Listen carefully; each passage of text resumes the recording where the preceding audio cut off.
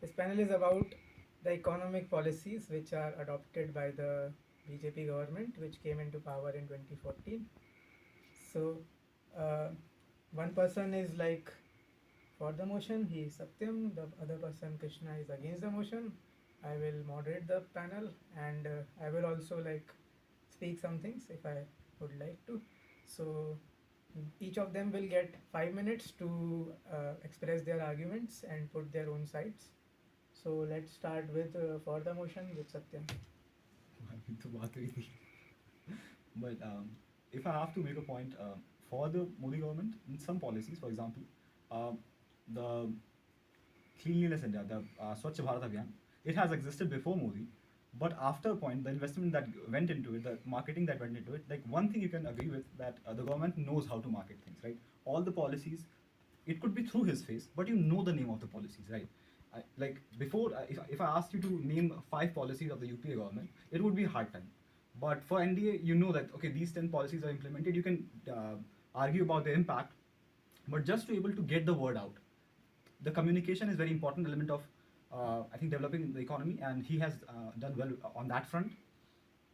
So in Clean India initiative, I think there were real steps. Like when I was a kid, I actually cleaned my like school and stuff. Like those programs were there. It was communicated to the children. The ethos of that was communicated. I think that had a good economic impact because India has tremendous tourism potential that is not nurtured into, and like there are a lot of tourists who want to travel to India, and their concerns is that it's too dirty, and we want to visit these sites. We want to visit Bodh Gaya, we want to visit Taj Mahal and stuff. And like there are economists who argue that India can run like almost the agriculture sector of it can be replaced by travels the travel sector through foreign tourists. We already have a lot of foreign tourists in Goa. Like the whole economy is dictated by that. So to take a step in on that front, I really appreciate him for that. And in fact, tourism has increased within his reign. To speak of that, I'm only talking about foreign tourism, but if you take about tourism within the country, then some of the statues that he has constructed, and there was estimates about how many people would travel to them. A particular one I can remember is the Atal statue, and like all the estimates were completely wrong. Like after the statue was constructed, it has created more money than it has lost. All of it has been like went back into the economy. So we can appreciate him for that. Then I think one of the things even his critics admit is that to able to reach to the rural parts of India, all his poverty alleviating schemes that will give free LPG cylinders to women. There have been for married women, the steps for married women, which have been able to like get through free ration things. Like he's distributing 80 crore rations to it, and he has this image of someone who is against communities, but he has actually invested a lot of scholarships into minorities. A good chunk of it has been there. I don't know the exact impact of it, but money has went into it.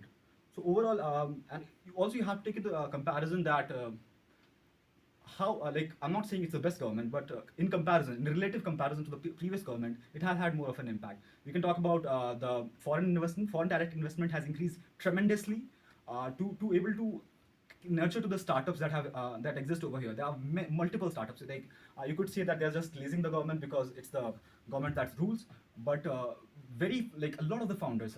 We had a talk by Skyroot founder, the first private satellite launch that we could have had in India, and he very clearly said that the progressive policies that changed. That came into effect during the pandemic by the Modi government, they were able to empower a whole startup scene around space. To think of that, a third world country has all like the government agency and a lot of private startups which are like building which are ahead of all of the stuff that's been around. Like I don't know what China is up to, but we are way too advanced on this front at least. Startup India in general, I don't think Make in India is a success, but to empower an ecosystem where you can have that amount of investments and just an ecosystem where like the government announces funds about EVs, EV as a sector. They have been able to nurture a lot of startups on that scene. They have been able to allocate capital in that in some effective form that I agree with. Then there's I think another argument that I often hear is that the infrastructure of India is so poor. If India is able to alleviate its infrastructure, it can really boom into something else. And like if you really look into it, that agricultural economies, when they turn into manufacturing, the middle step is infrastructure development. And in infrastructure development front, they have done somewhat well. Uh, they're having some issues with that, I'm like, I'm not, I'm for the motion, but overall, I think like the construction of roads has gone tremendously well. The number of new railways launched, the number of know-how exchange programs that we are collaborating with international governments and able to create something of value out of that. So that has been pretty positive. In general, talking about like foreign direct investment, and come back into that, but this is a prime minister who has gone to different countries, and while I won't say it has all been positive, but he has been able to Four bring minutes are over. You 4 minutes. have 1 minute left. I would like to, if you summarize all your points. So I'd just say that I'm not saying that this is the best government to exist and it has no flaws. Every government had any governance itself. Would have a state would have its forms of oppression, but when you take relatives in context, when you see it in context of history, in context of what the country has and what the system can actually, the productive things that it can lead to, overall, I think this government has done a well job, right? And if this is being recorded, this is not actually what I believe. I'm just making an argument for the point, right? And that is the meaning of debate. Okay, I'm not really supportive. Go ahead. So you talked about Startup India scheme being one of the, like, what do you say, better than Make in India, and made points related to that. It had, though it had been a lofty scheme where there a lot of things were promised, but there has been a decline in the number of startups that we have seen during the current tenure, as it is shown in the figures that many of the startups coming from regional parts of country and regional areas, and some different cultures is coming up. Like, they show that people from local somewhere in Andaman and Nicobar starting their startup. These tribes are starting up something, doing something. But do you know that how much debts they have? They have been suffering a lot, and it has been a big issue. Other than that, talking about this government, one of the significant events that happened was massive farmers protest, and that was against these controversial farm laws. These laws were firstly, these laws were implemented without any proper consultation, and that has affected our economy in a way where we have seen majority chunk of farmers from Punjab, Haryana, and the adjacent regions coming out to protest, and that has affected economy very badly. And if we see most of these, if you see, there is an overhaul in the agricultural sector, and that ended up in alienating the backbone of our economy, that is the farmers. Because most of our if you see our economy, how it is distributed, most of it comes from agriculture, because India is agriculture dependent state as of now. And and these protests weren't about the laws, they were like, they symbolize the airs of neglect and mistrust that has been there, because because NDA's policies are actually just the faragos of distortion that are being there. Tharoor. That are there. And one another thing is that farmers even have been fearing about the safety of losing MSP and are left at the mercy of big corporations. Privatization has actually impacted a lot. If the things that we could have done on our own, now we are dependent upon private companies. If you see most of our airports going under some names which are favorites. So favoritism is also there, which is going there, because one who funds to get you into the power, you give them the country, you are selling country to them. So that's another thing which was not there under UPA tenure. The UPA tenure has been like more powerful in that sense, because they have been working on various policies which were benefiting a common man. If a common man now goes out and thinks of getting, what do you say, a small, even a grocery, the amount of taxes they are paying upon like on dal and roti, which is called the common thing, the prices have increased in a way that a common person can't afford that. And the LPG cylinders, which they come up under the various schemes that they have come up with.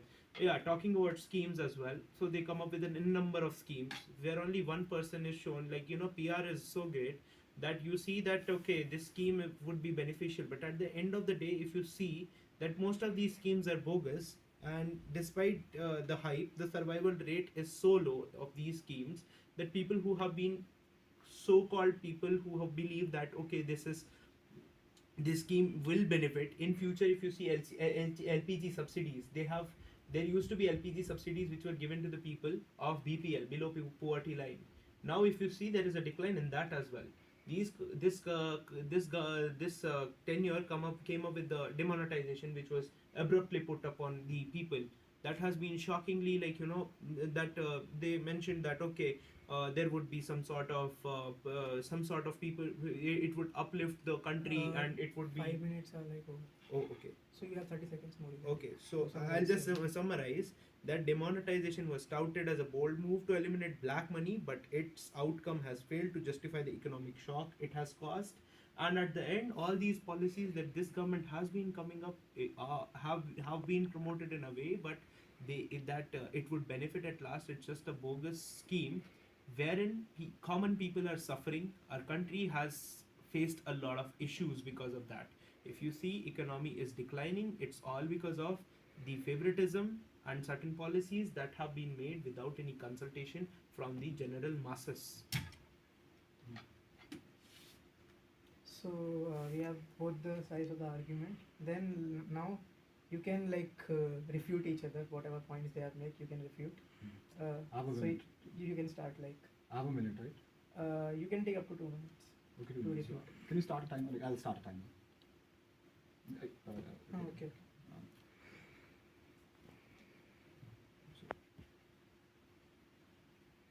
Um, starting the timer. A set of bogus points were said. First was said that the number of startups have declined. How do you quantify startups? What do you call startups? How do you count that number? I'll say up to a certain like if some startup has 100 million valuation by foreign VCs, then I'll say that okay, this is a startup. This is what I'll call that will give jobs to the economy. That will produce into the economy. That will Your definition is you are saying 100 million, less than 100 million. no, over $100 million, or maybe you could even make it $10 million. Make it $1 million. You are Right? saying less than or greater than? Greater than. Less than won't make sense. If I start with a zero valuation, then I am not a startup according to you. No, I'm saying what matters. Like, are you able to? Because if you are able to contribute in Okay, I valuable think sense. you should argue that number of unicorns or something like that. So No, that's what I'm saying, right? Ki, Hmm. unicorn is way too specific, but even you can take exactly unicorns because there's like 80, 90 of them. How many of them were? The very term unicorn, I think, started around when like Flipkart became a thing, and that thing happened during the UPA rule. And Flipkart was founded in I think 2008, so it has existed for quite a while. The geo reforms that like some names were taken over that Rani and Modi, they were alluded to but not taken. The things that like Ambani, he favors like there is favors to the government, but what Ambani did with Geo, that kind of spurred a lot of movement of online things. The demonetization that was like that could have been a misstep, but the impact it led to, the clashless economy that built over it, all the online startups that have built over it, all the SaaS startups which are selling to foreign firms, they have built under that due to that policy. I won't say that. On agriculture and people can't buy stuff. So he's saying that people can't buy stuff. There's like a number released by the government, 80 crore. That is like our population is 150 crore. 80 crore of the population has ration allocated by the government. Like government almost pays for it. They have to literally pay close to nothing. So they are making sure that people who are genuinely poor are able to afford the food. Taxing the middle class and taxing the rich, that's pretty much what we are supposed to do. The other point was made about agriculture. Any economy that is agriculture dependent can't progress. That you have to move to some other means. On MSP, there are a lot of legit economists who agree that MSP was a good step. It was not taken into account. It was taken in hesitation, which has been an issue with this government. But there are legit economists who believe in that theory, who actually support that theory. So I won't say that like they can express their distrust, but economically, I'm not sure if it was a misstep. Yeah, on the airport thing, a certain which class of people is it? The below poverty line of people who are going to the airports? It's the very people who can afford it, or who can afford airplanes, who travel frequently. Those are the going to that place. And why should government resources be wasted into that? If we can divert that money into it, if we can get money from it, we are not selling it. The money is going back into the government. If someone is selling the airports to some private sector, then the government gets that money and reinvests it into the state. And if you take examples of developed economies, how many developed economies do we have where the airport is owned by the government? If the government is not doing a well enough job of owning these places, if it's losing money consistently, which has been the case, all these what's the name for them? Uh, the BSNL and stuff, like the government-owned agencies. What's the name for them? Three-letter name? PSUs. PSUs, yeah. All these PSUs have been losing money consistently.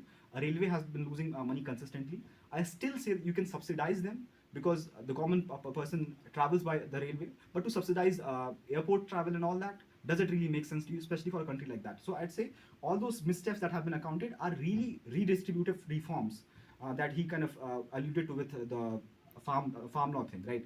So the money is going back into. Oh, fuck, I spoke for way too long. You didn't refute the farm laws point if you want, you can refute. Farm, see, I'll be honest. I'm not. Did not read the exact policies, but I'm just saying that there were economists even at that point who were supporting the laws, just not the way it was implemented. It could have been a slow step which could have led to it. There are countries who have those exact kind of laws, and they work well, right? So we have to take that into account. So, coming with the point, you mentioned about PSUs, especially the BSNL, railways, and even you mentioned one point wherein you targeted that it's not below poverty line people using that services, airport. So, what do you feel that in a country like India, the services in terms of emergency, if a if a person who can't afford these services, he wants to reach back to the home, there is someone who is ill or on a deathbed, they want to reach home earlier. The condition of railways is going worse, and it has been going worse, and because there is no proper connectivity to certain regions. If I talk about Jammu and Kashmir, there was no connectivity till 2025 January 2025. People who wanted to travel, they had to rely on You're these. making a point in his favor. I shouldn't have spoken on that guy.